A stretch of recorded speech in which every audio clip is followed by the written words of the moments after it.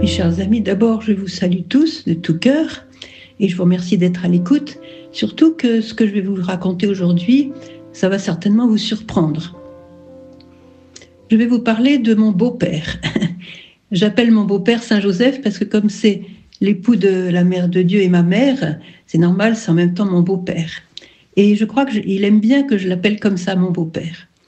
Alors voilà, je vais commencer par un cadeau qu'il m'a fait. Vous savez, Saint-Joseph, il se demande toujours comment est-ce qu'il va pouvoir nous aider.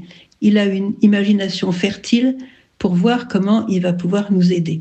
Alors voici comment il m'a aidé un jour. J'étais partie en Italie et je portais sur moi, bien sûr, mon habit, le scapulaire, tout ça, et j'avais mon chapelet à la ceinture. Et à cause des difficultés de passer les frontières, les scanners et tout ça, j'avais retiré mon chapelet, je l'avais mis dans ma valise pour passer plus facilement. Évidemment, en Italie, j'avais mon chapelet et je l'ai remis de façon à ce que je le retrouve à Medjugorje. Arrivé à Medjugorje, je m'aperçois que mon chapelet n'est pas dans la valise, ni dans mes poches, ni nulle part. Alors j'ai donné plusieurs coups de téléphone. Là où j'avais été plusieurs endroits. Personne n'avait vu mon chapelet. Alors je me suis dit, qu'est-ce qui se passe? Et j'attendais ce coup de téléphone et j'ai prié donc Saint-Joseph, mon beau-père, en lui disant, écoute, fais que je reçoive un coup de téléphone de quelqu'un qui va me dire, j'ai trouvé ton chapelet, tout va bien. Et le coup de téléphone n'est pas arrivé. Alors je me suis dit, et je lui ai dit, écoute, c'est quand même un instrument pour prier le chapelet, il s'agit quand même de ton épouse, tu vas pas me laisser tomber. Alors je l'ai un petit peu houspillé, disons comme ça. Et puis il se trouve que dans ma chambre, j'ai une boîte avec tous mes chapelets qui sont bénis par la Sainte Vierge et que je garde pour des gens qui sont malades, parce que c'est très très magnifique pour un malade de recevoir un chapelet non seulement de Medjugorje, mais béni par la Sainte Vierge durant une apparition. Donc j'ai cette boîte avec pas mal de chapelets. Et alors il y avait quelqu'un à la maison et je me suis dit, tiens, je vais lui donner un chapelet. Je vais dans ma chambre, je trouve ma boîte et qu'est-ce que je vois? Allongé vraiment au-dessus de tous mes chapelets, mon chapelet de ceinture, mon chapelet d'habit. Alors là, j'ai dit, Saint-Joseph, tu me fais craquer.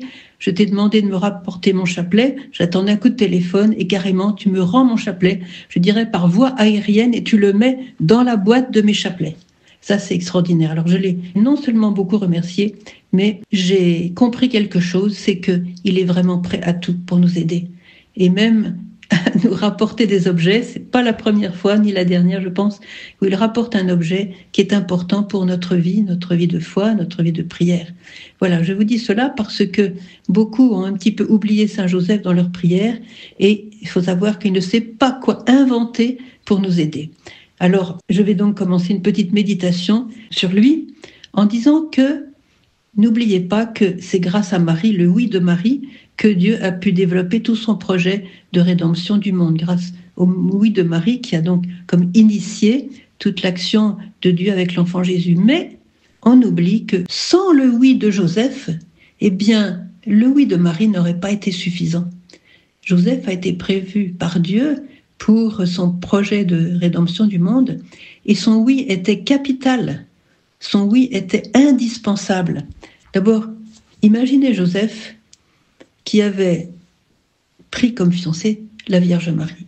Il avait trouvé la perle de grande valeur, et il était vraiment fou de joie, et il aimait profondément cette jeune fille.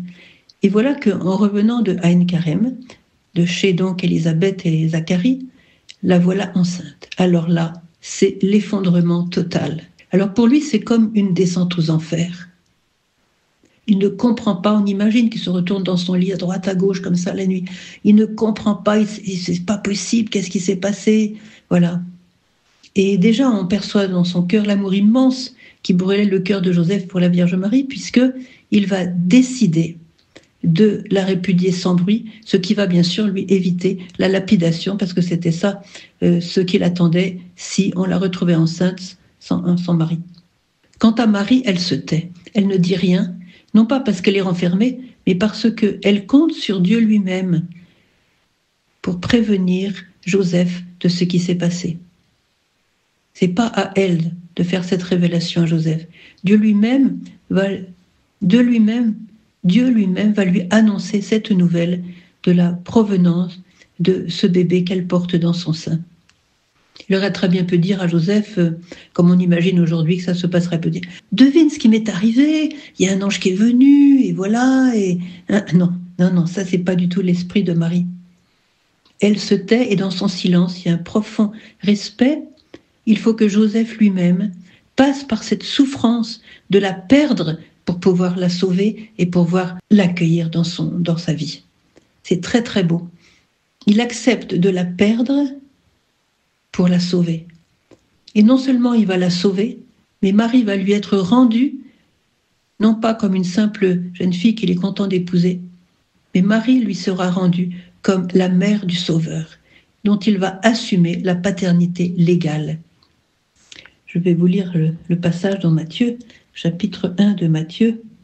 Donc Marie se trouve enceinte par le fait de l'Esprit Saint. Joseph, son mari, qui était un homme juste et ne voulait pas la dénoncer publiquement, résolut de la répudier sans bruit.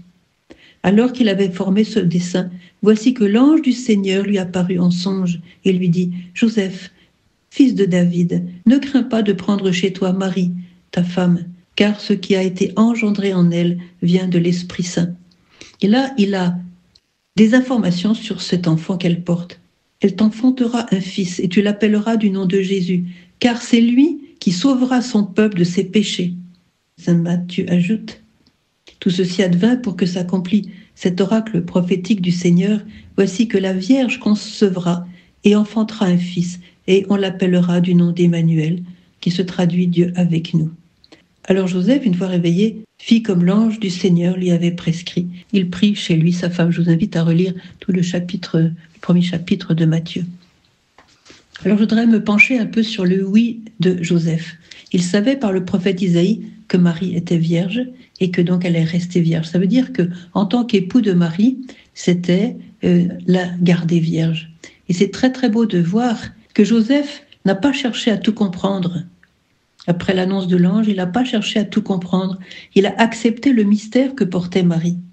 Et il a accepté d'accueillir toutes les virtualités de son destin, dont il ne connaissait en fait pas grand-chose. Il faut se mettre à sa place, c'était un homme. D'abord, c'était un homme jeune, il ne faut pas prendre Joseph comme ce vieillard qu'on voit sur beaucoup d'images. D'abord, à cette époque, il était interdit par la loi juive de se marier avec quelqu'un qui avait une grande différence d'âge. Il y avait une limite de différence d'âge. Donc Joseph était jeune, costaud, parce que n'oubliez pas qu'il a dû partir en Égypte de nuit, il était charpentier, il était en même temps architecte, c'est lui qui portait les poutres, c'était pas un vieillard. Et puis Marie n'avait pas besoin d'un vieillard pour partir en Égypte, elle avait déjà un nouveau-né, c'était pas la peine de s'occuper aussi d'un vieillard. Donc Joseph était un homme qui était un homme solide, voilà. Alors je voudrais m'émerveiller avec vous sur ce oui de Joseph qui a complété le oui de Marie. Et cela me fait penser à tous les oui qui ont été dits dans l'histoire par les saints et par chacun de nous quand on a l'occasion de connaître la volonté de Dieu. Parce que quand Joseph a dit oui à Dieu, il a dit oui au projet de Dieu. Et c'est ça que nous sommes invités à faire. Faire la volonté de Dieu, c'est s'ouvrir au projet de Dieu, même quelquefois sans le comprendre, et même quelquefois quand il nous paraît bizarre ou en tout cas inattendu, incompréhensible peut-être. Voilà, c'est important de regarder Joseph qui a su dire oui aussi à une vie de chasteté, alors qu'il était marié avec la plus belle femme du monde. On imagine aussi quand ils étaient en Égypte, ils n'allaient pas à l'hôtel la nuit, ils allaient quelquefois... Ils n'avaient pas d'argent, peut-être dormir dehors ou dans des... Voilà, et puis les nuits en Égypte sont quelquefois très froides. Alors, on imagine que Joseph, dans ce plan de chasteté qui était le sien, eh bien, il était forcément un petit peu à quelques mètres de la Vierge Marie. Donc, il a vécu cette solitude aussi, vous voyez. Comment nourrir un enfant encore très très jeune? Comment survivre dans un pays étranger avec cette nécessité de se déplacer souvent pour ne pas se faire repérer par les espions de Hérode qui, lui, continuaient à chercher l'enfant. Parce que tout le massacre de Bethléem il avait raté son coup, puisque l'enfant était parti. Donc, il avait certainement envoyé des espions en Égypte et partout pour retrouver l'enfant et le faire périr. Donc, vous voyez, il y avait je dis pas cette angoisse, mais cette nécessité de se déplacer pour ne pas être repéré par les espions d'Hérode. Je voudrais vous inviter tous comme je m'invite moi-même aussi, à regarder ce oui de Joseph, parce que ça procède d'un amour vrai, un amour qui laisse la liberté à l'autre, le respect de l'autre, la vocation de l'autre. Ce n'est pas un amour fusionnel, donc c'est un meilleur amour, parce que Joseph a laissé à Marie son espace, l'espace pour vivre son propre appel, son appel unique. Combien de oui ont été dits au cours de l'histoire du salut par des personnes qu'on ne connaîtra jamais si ce n'est qu'au ciel, des oui qui ont été prononcés sans bruit, comme celui de Joseph, à la suite d'un songe où il a entendu l'ange de Dieu lui parler. C'est un oui à l'ombre d'un grand personnage qui était Marie, d'un grand personnage qui était Jésus. Il est resté dans l'ombre. Mais aujourd'hui, mes chers frères et sœurs, non pas de le sortir de l'ombre, mais de le connaître, de sonder son cœur, de prendre exemple sur son cœur, de prendre exemple sur ce oui tellement humble, tellement caché et tellement efficace qu'il a prononcé devant Dieu. Vous voyez ? Alors voilà, je voulais vous parler aujourd'hui de cette annonciation faite à Joseph et du oui que Joseph a prononcé afin de nous inviter tous à ne pas avoir peur de la volonté de Dieu. L'ange a dit « Ne crains pas, Joseph, ne crains pas de prendre Marie chez toi. » Donc nous sommes invités, chers amis, à nous abandonner à la volonté de Dieu, la chercher, à être à l'écoute dans la prière, et quand le Seigneur a montré quelque chose, comme Joseph, de donner un oui, plénier, généreux, même, je dirais, aveugle, parce qu'il n'a pas tout compris, mais après il s'est donné complètement, il a passé sa vie à servir la Vierge et à servir le projet de Dieu sur l'enfant. Il s'est complètement effacé pour laisser à l'enfant la possibilité de vivre son appel. Oui, Saint Joseph, mon cher beau-père, je te remercie pour ce oui que tu as prononcé dans le silence, dans la solitude, dans la confiance et dans la joie de faire la volonté de Dieu.